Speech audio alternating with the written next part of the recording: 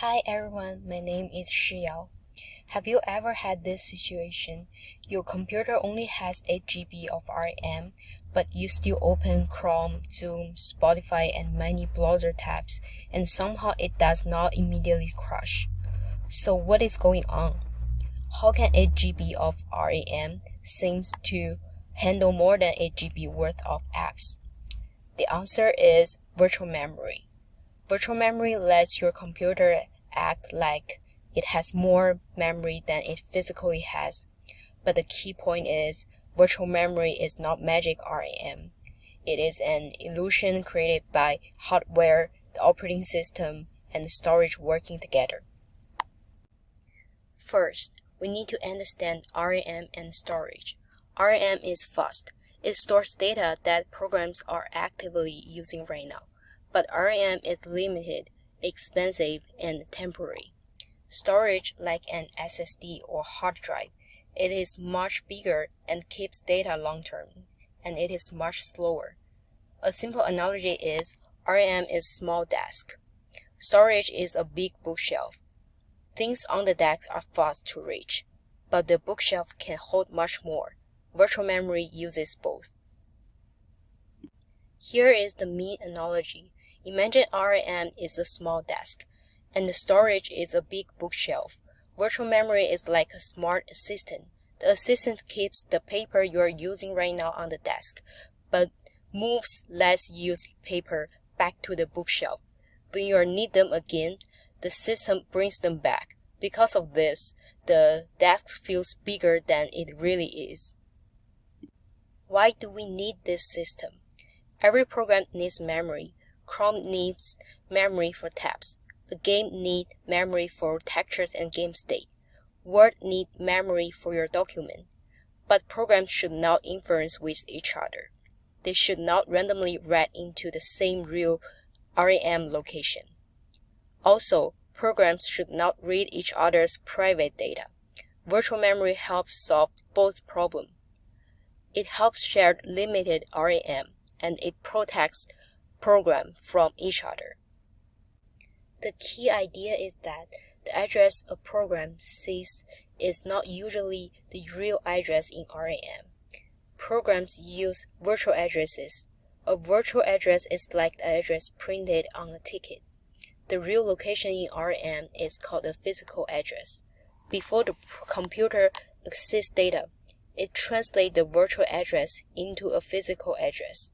This is handled by CPU hardware, especially the MMU, or Memory Management Unit. The operating system set up the translation rules, and the MMU uses them while programs run. So each program feels like it has its own memory world, but underneath, that world is mapped onto real RAM. To make this easier, memory is divided into chunks called pages. Virtual memory is split into virtual pages. Physical RAM is split into page frames. A common page size is 4 KB, although real systems can use other sizes. The important point is the operating system usually manages memory page by page, not byte by byte. It is like moving pages in a notebook instead of moving individual letters. So where is the map? The map is called the page table. The page table tells the computer how virtual pages connect to physical frames. For example, virtual page 2 might be stored in physical frame 7. It also stores permissions. A page might be read or read only or executable. This is how virtual memory protects programs. If a program tries to write to a read-only page or access memory it does not own, that hardware can stop it. So virtual memory is not only about more memory, it is also about protection and security. Now comes the trick. Not every page needs to be in RAM at the same time. If a page is actively used, an operating system tries to keep it in RAM, But if a page has not been used for a while, the operating system may move it to storage into an area called swap or the page file. This does not mean the SSD becomes RAM. Storage is still much slower. It only means inactive memory pages can be temporarily stored there and brought back when needed. So, illusion works because important pages stay on the fast disk, while less used pages move to the big bookshelf. What happens when a program needs a page that is not currently in RAM? That causes a page fault. The name sounds scary, but many page faults are normal. It just means the program asks for a page and the hardware found that is not in physical RAM right now.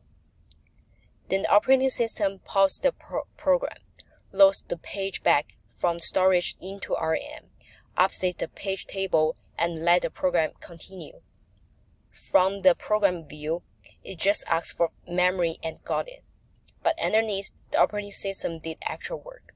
Of course, some page faults are serious, like accessing memory without permission. But here we mean the normal kind. The page exists, but not in RAM. Let's use a simple example. Imagine a computer has 4 GB of real RAM, but open apps together needs about 6 GB of memory. That does not automatically mean disaster, because maybe only part of that memory is active. For example, 3.5 GB of active pages may stay in RAM, while 2.5 GB in inactive pages are stored in swap on the SSD, so the computer can still run. But there is a trade-off. If the computer constantly needs pages from swap, it has to move data between RAM and storage again and again. Since storage is much slower than RAM, the system starts to lag, freeze, or show the spinning loading cursor. So why does virtual memory matter? First, it gives each program a private memory space. Second, it allows multiple tasking. The computer can run more apps than RAM alone would comfortably hold, because not all memory is active at the same time.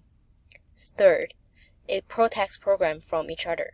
One program cannot freely read and overwrite another program's memory, but the trade-off is performance. Virtual memory is useful, but it's not free magic. When the system swipes too much, everything slows down. This is why adding more RAM can make the computer feel smoother. With more disk space, the assistant does not need to run to the bookshelf as often. To summarize in one sentence, virtual memory lets the computer act. It has more memory by keeping active pages in RAM and storing less used pages somewhere else.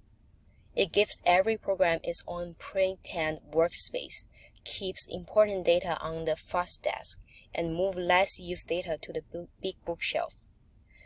That is why your computer can multiple task, protect programs from each other, and seem to have more memory than the RAM chip alone. But when the assistant has to visit the bookshelf too often, everything slows down. Thank you.